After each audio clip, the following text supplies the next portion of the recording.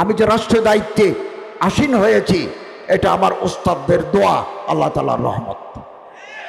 আমি 48 ঘন্টা আগেও জানি না, আমি কোনো দাবি করি নাই, কোনো আবেদন করি নাই। মানুষ আমারে মহব্বত করে এই পদে বসিয়েছেন, এটা মিন জানিবিল্লাহ। হাদিসের ভাষ্যমতে আমার উপর আল্লাহর রহমত থাকবে, আমি আল্লাহ তাআলার সহযোগিতা পাবো। মানুষ সমালোচনা করুক না, 10-20% মানুষ সমালোচনা করবে। আমার নিয়ত পরিষ্কার, নিয়ত পরিচ্ছন্ন। এবং আমি আমার মন্ত্রণালয়ের দায়িত্ব নেওয়ার পরে বলেছি, আমি 1 পয়সা 1 টাকা ঘুষ খাবো না, দুর্নীতি করব না, নয়সই করব না। আপনারাও এই তরিকায় চলবেন। হজের টাকা কমানোর জন্য আমি রাত দিন মেহনত করে যাচ্ছি।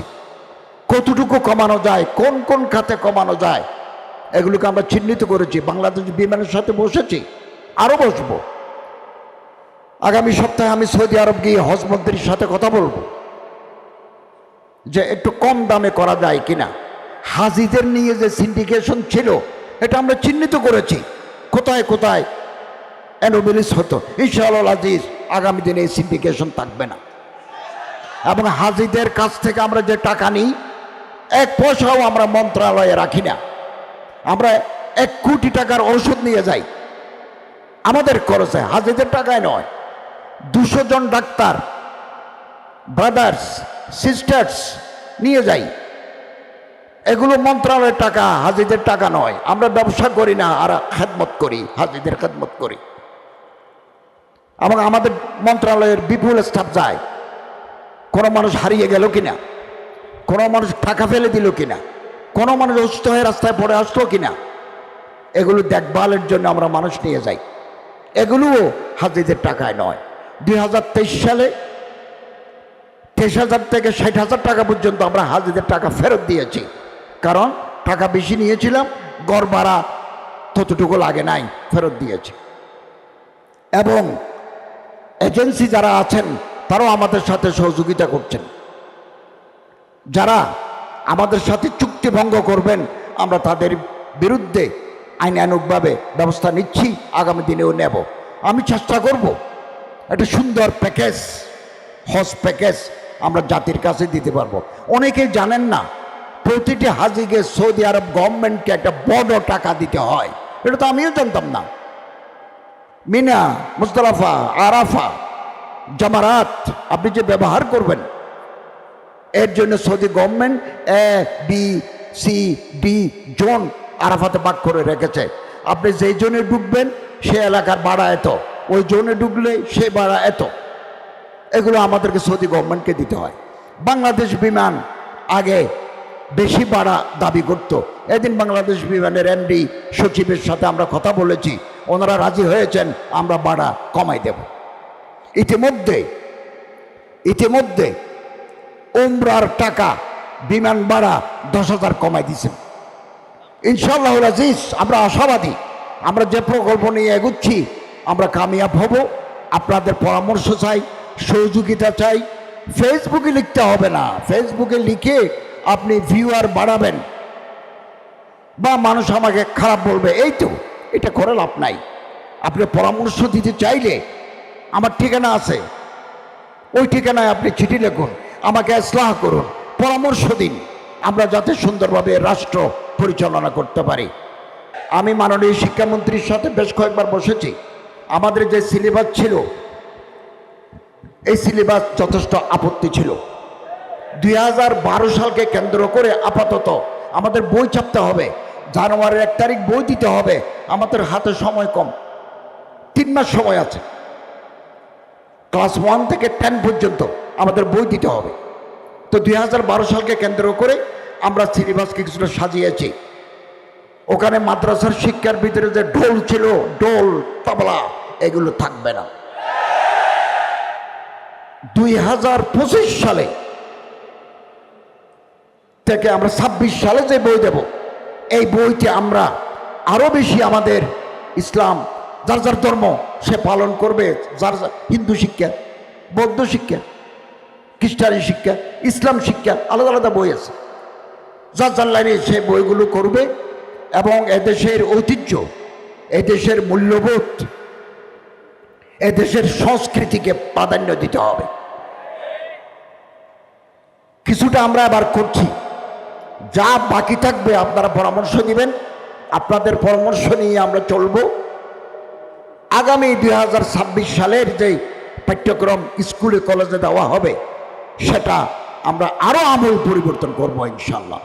এদেশের মানুষ স্কুল কলেজে পড়ে যাতে নামাজি হয়, সিরাতে রাসূলের প্রতি যাতে তার মহাব্বত বাড়ে, আগামী দিনে এরকম সিলেবাস তৈরি করার পরিকল্পনা আমাদের আছে। তবে সেটা ধাপে ধাপে যেতে হবে, আপনি একদিনই চাইলে আমরা পারবো না। কালকেও শিক্ষামন্ত্রীর সাথে আমরা বৈঠক করেছি, উনি বললেন এখন আর নতুন কিছু ঢুকানো যাবে না, আমরা প্রেসে দিতে হবে। তো এটা অন্তর্বর্তীকালীন সরকারের মতো একটা সিলেবাস হবে, অন্তর্বর্তীকালীন সিলেবাস। কিছু ভুল ত্রুটি থাকবে, মিছিল করার দরকার নাই, ফেসবুকে লেখার দরকার নাই, আপনারা আমাদেরকে বলবেন, আমরা এটা গ্রহণ করব। আমাদের কাছে কেউ কোনো অভিযোগ করলে আমরা এগুলো রেকর্ড রাখি, বিবেচনা করি। ফেসবুকে লিখলে আপনি বাহবা পাবেন, আমাকে আপনি অসম্মানিত করবেন, শেষে গিয়ে কোনো ফায়দা হবে না। আমাকে 20 জনে পছন্দ করে না, 80 জনে পছন্দ করে, তো হোক না। আমরা আল্লাহকে রাজি করার জন্য কাজ করছি। কেবল এটা আমার জীবনে একটা মারহালা। আমি এতদিন একটা মাদ্রাসায় হাদিসের খেদমত করেছি, একটা মসজিদে খুতবা দিয়েছি, ইন্টারন্যাশনাল ইসলামিক ইউনিভার্সিটিতে আর দারাসাতুল ইসলামিয়ার পাঠদান করেছি, এর আগে কলেজে করেছি 24 বছর। এটাও আমার জীবনের মারহালা। আমি দেখি না, আমি রাত দিন পরিশ্রম করি, আমার শরীরের ওজন কমে গেছে, ঠিকমতো ঘুমাতে পারি না, সারাদিন অফিসে কাজ করি, বাসায় এসে আবার ভিজিটরদের সাক্ষাৎ। আমি মনে করি এটা মারহালা, এটা দায়িত্ব আমি পালন করছি। আমি মাদ্রাসার ছাত্রদেরকে বলবো আপনারা তৈরি হন, ইলমে দ্বীন উলুমুল ইলাহি গ্রহণ করবেন, করছেন, উলুমুল আসরিয়াও করেন। তকি উসমানীর মতো, জিদাত মালিকুমের মতো বিচারপতি হতে হবে আপনাদের। টোটাল সেট আপ যদি আমরা বদলাতে চাই তাহলে আমরা আমাদের আদর্শের উপর আমাদের বড় হতে হবে। আলহামদুলিল্লাহ অনেক লোক তৈরি হয়ে গেছে, আগামী দিনেও তৈরি হবে। আল্লামা ইকবাল রহমতুল্লাহ আলাইহি বলেন, शीशा टूट जाती है पत्थर के चोट से। पाथर मेरे दिले शीशा ग्लास भांगी जाए, पाथर मारले ग्लास भांगी जाए। ऐसे शीशा तलाश कर जिससे पत्थर टूट जाए। एमन ग्लास तैरी करो जे ग्लास मारले पाथर भांगी जाए। चीने किछु ब्रिज आछे, चायनाय आमी चीन गेছি, चायनाय किछु ब्रिज आछे, ব্রিজের উপর দিয়ে যে হাঁটি যাবেন, এটা গ্লাসের উপর হাঁটি যাবেন, এত শক্ত গ্লাস। আপনি হাঁটতে নিচে গাছ দেখে ভয় পাবেন, কিন্তু আপনি ভেঙে পড়বেন না, কারণ এটা মজবুত शीशा है। मिल जाए तुझे दरिया तो समंदर तलाश कर। নদী যদি পাও সমুদ্র তালাশ করো। একটা কম যদি তৈরি করতে পারি, এটা যদি করতে পারি, হাম ফিকির, হাম দিল, হাম জবান, এরকম একটা জনগোষ্ঠী যদি তৈরি করতে পারি তো রাহবার তালাশ কর। অতএব আমাদের দৃষ্টিভঙ্গি হবে ওয়াসাআত, নিগাহ বুলন্দ, দৃষ্টি বড়, দৃষ্টি বড়। আমি এতদিন কলেজে ছিলাম, পটিয়া মাদ্রাসার উস্তাদ ছিলাম, দারুল মারিফের উস্তাদ ছিলাম, একটা আলিয়া মাদ্রাসার প্রভাষক ছিলাম। আমার দৃষ্টিভঙ্গি ছিল ছোট, মাদ্রাসার দায়েরা। মসজিদে এসেছি, দায়েরা। ইউনিভার্সিটিতে পড়িয়েছি, দায়েরা, ছোট দায়েরা। এখন বাংলাদেশের সরকার যারা চালায়, 20-25 জন যারা উপদেষ্টা, আমাদের সচিবরা আছেন, বিভিন্ন স্তরের কর্মকর্তারা আছেন, আমাদের পরিধি পুরা বাংলাদেশ, টেকনাফ থেকে পঞ্চগড় আমাদের দায়েরা। দায়েরা, এই দায়েরা উঁচি হয়ে গেছে, তো দৃষ্টিভঙ্গি আপনার বড় করতে হবে। নেগা বলেন সুখান দিল নওয়াজ, কথা বলতে হবে যাতে দিলে আসর করে। দিল খুশি হয়, এরকম জবান লাগবে, সুখন দিল নওয়াজ।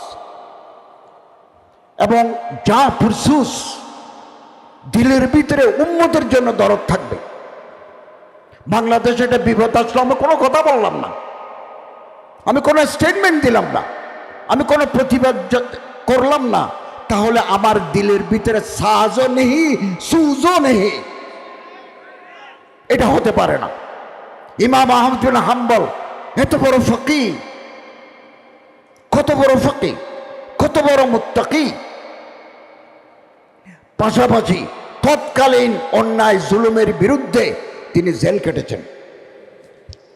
এই সমস্ত উলামায়ে কেরাম, শেখুল হিন্দ আল্লামা মাহমুদুল হাসান রাহিমাহুল্লাহ, শেখুল ইসলাম আল্লামা হোসেন আহমদ মাদানী, তারা কি ব্রিটিশের সাথে আপোষ করে নীরবে থাকতে পারতেন না? পারতেন, কিন্তু তারা মনে করছেন এই মুহূর্তে ময়দানে ঝাঁপিয়ে পড়ে ভারতবাসীকে ব্রিটেনের জুলুম থেকে আমাদের রক্ষা করা প্রয়োজন। ওলামায়ে দেওবন্দের ইতিহাস সংগ্রামের ইতিহাস। সবসময় আপনি দেখবেন বাংলাদেশের 52 বছরের ইতিহাসে কোনো ফিতনা যখন ময়দানে আসে, অন্যান্য মক্তবে ফিকিরের আলেমরাও এই ফিতনার মোকাবেলা করতে আসেন। আমি তাদের খেদমাতকে জায়ে করতে চাই না, তবে দেওবন্দ ওলামায়ে কেরামরা প্রথম ময়দানে নামেন, বুকের তাজা রক্ত দেন। এটা দেওবন্দি শিবা, এটা দেওবন্দি মাসলাকের এটা অন্যতম খুঁটি হচ্ছে যে বাতিলের সরকুবি। এই বাতিলের সরকুবির ব্যাপারে ওলামায়ে দেওবন্দ সচ্ছল।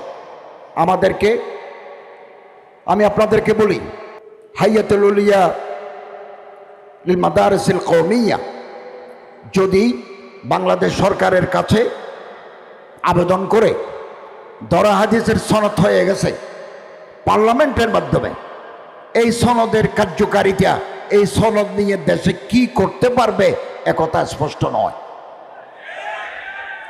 এটা নিয়ে আপনি কি করবেন? আরো কিছু কাজ বাকি ছিল, এগুলো যদি আগে করা হইতো সবচেয়ে ভালো হতো। যিনি স্বীকৃতি দিয়েছেন তার মাধ্যমে এটা করলে বেশি ভালো হতো। এখনো ভালো হওয়ার পথ বন্ধ নাই। জাফাকুল মাদারেস, হাইয়াতুল উলিয়া, আরও যত বোর্ডগুলো আছে, 6টা বোর্ড, তারা যদি একটা রিপ্রেজেন্টেশন আমাদের শিক্ষা মন্ত্রণালয়ে দেন, প্রধান উপদেষ্টার সাথে দেখা করেন, আমি আপনাদের পাশে থেকে দরা হাদিসের হাইয়াতুল উলিয়া সনদকে এই দেশে আপনারা সেবা করার পথ খুলে দেওয়ার ক্ষেত্রে আমি উল্লেখযোগ্য ভূমিকা রাখব। আপাতত এই সনদ নিয়ে, আপাতত এই সনদ দিয়ে, যেটা হাইয়াতুল উলিয়া থেকে দিচ্ছে, এই সনদ দিয়ে আপনারা সেনাবাহিনী, বিমান বাহিনী, নৌবাহিনী, পুলিশ, আনসারের যত মাসাজিদ আছে ওখানকার খতিব হতে পারবেন, যেহেতু আরবিক এবং ইসলামিক স্টাডিজের সমমান। 2, আর্মি ক্যান্টনমেন্টগুলোতে উস্তাদ নেয়, এগুলোকে বলা হয় রিলিজিয়াস ইনস্ট্রাক্টর, ধর্মীয় শিক্ষক। আপনি সেনাবাহিনীর র্যাঙ্কে উঠে ধর্ম শিক্ষা দিতে পারবেন, এই সুযোগ আছে। কাজী হতে পারবেন, সমাজের বিভিন্ন ক্ষেত্রে আপনি অবদান রাখার সুযোগ পাবেন। এই সুযোগ হাইয়াতুল উলিয়ার সনদের মাধ্যমে তৈরি হবে, কিন্তু এর জন্য আপনাকে রিপ্রেজেন্টেশন দিতে হবে। আপনি না চাইলে কাকে দেবে? আপনাকে চাইতে হবে। আমি আমার মন্ত্রণালয়ের অধীনে নয়, এগুলো শিক্ষা মন্ত্রণালয়ের অধীনে, তারপরেও আমি আমার মন্ত্রণালয় থেকে আমি যতটুকু সহযোগিতা আপনাদের করা দরকার সেটা করার জন্য আমি তৈরি থাকব। এরপরে আপনি যদি বিসিএস অফিসার হতে চান, যদি আপনি চান, ইফ ইউ ডিমান্ড, তাহলে আপনি যদি হাইয়াতুল উলিয়ার সনদ নিয়ে, ঢাকা বিশ্ববিদ্যালয়ের একটা সনদ নিয়ে, ঢাকা বিশ্ববিদ্যালয়ের একজন প্রার্থী, আপনি মাদ্রাসার একজন প্রার্থী, আপনি যদি পরীক্ষা দিতে চান, ম্যাজিস্ট্রেট হতে চান, ডিসি হতে চান, সচিব হতে চান, তাহলে আপনাকে আরো কিছু শর্ত পূরণ করতে হবে। এগুলো নিয়ে আপনারা আলোচনা করতে পারেন। আর যদি বলেন নেব না, নাও নিতে পারেন। আমি হযরত বুখারী সাহেব আমার উস্তাদ, পটিয়া মানসার মোহতামিম। আমি পিএইচডি ডিগ্রি নেওয়ার পরেও, বিশ্ববিদ্যালয়ের প্রফেসর হয়েও আমি হযরত বুখারী সাহেবের পা টিপে দিয়েছি। খেদমতে উস্তাজ বায়ত হাম সব খানে মাদাম লফজরা তাকি খানে তাশফি মর্দে কামাল। এই সিরত সম্মেলন বহু ওলামায়ে কেরাম, হযরত মৌলানা মুহিউদ্দিন খান সাহেব, হযরত বাইতুল মুর খতিব সাহেব, আরও বড় বড় ওলামায়ে কেরাম করে আসছেন। এটা সমাজে একটা ইতিবাচক প্রভাব পড়বে। আমি আশাবাদী কিয়ামত পর্যন্ত এই মাহফিলের ধারাবাহিকতা চলবে এবং আমরা যাওয়ার আগে সংস্কার করে একটা সুন্দর রাষ্ট্র, বৈষম্যহীন রাষ্ট্র, ইনসাফপূর্ণ রাষ্ট্রের সূচনা আমরা করে যাব। আমরা একটা দরজা খুলে দেব, আগামী দিনে যারা আসবেন সে দরজা দিয়ে সংস্কার সাধন করতে পারবেন। আল্লাহু ওয়ালিয়ুত তৌফিক হুয়াল মুওয়াফফিক ওয়াল মুঈন ওয়া আখিরু দাওয়ানা আনিল হামদুলিল্লাহি রাব্বিল আলামিন।